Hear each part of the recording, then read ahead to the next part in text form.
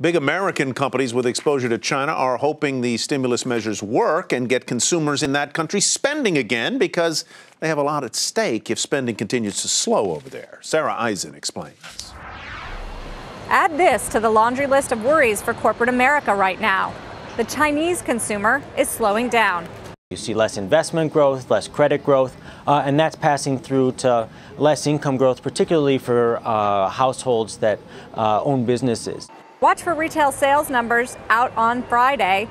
Recently, though, import numbers along with Hong Kong retail sales and disappointing results from Prada and other luxury brands all point to weakness. In fact, in an effort to boost growth and business activity, China's central bank announced new plans to ease policy, cutting the lending rate for banks to businesses and borrowers. But that could take a while to work, and in the meantime, some American consumer giants could feel the pinch. Consumer Edge research found that consumer staples companies are among those in the crosshairs. Of that group, Procter & Gamble is the most exposed to the Chinese consumer slowdown, with 8% of total sales coming from China. It's followed by Anheuser-Busch InBev at 7% and Coca-Cola. Food companies like Mondelez, General Mills, PepsiCo, and the Hershey Company all get about 2% of total sales from China.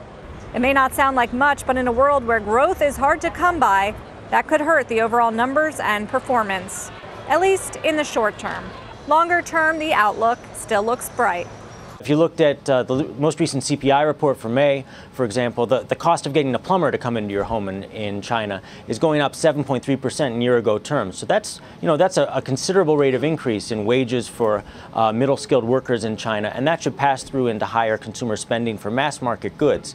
Now, China is the world's second largest economy, and its consumer is considered the holy grail for businesses around the world. That's why they've been pouring in recent years into the country with the hope of fast growth and big spending.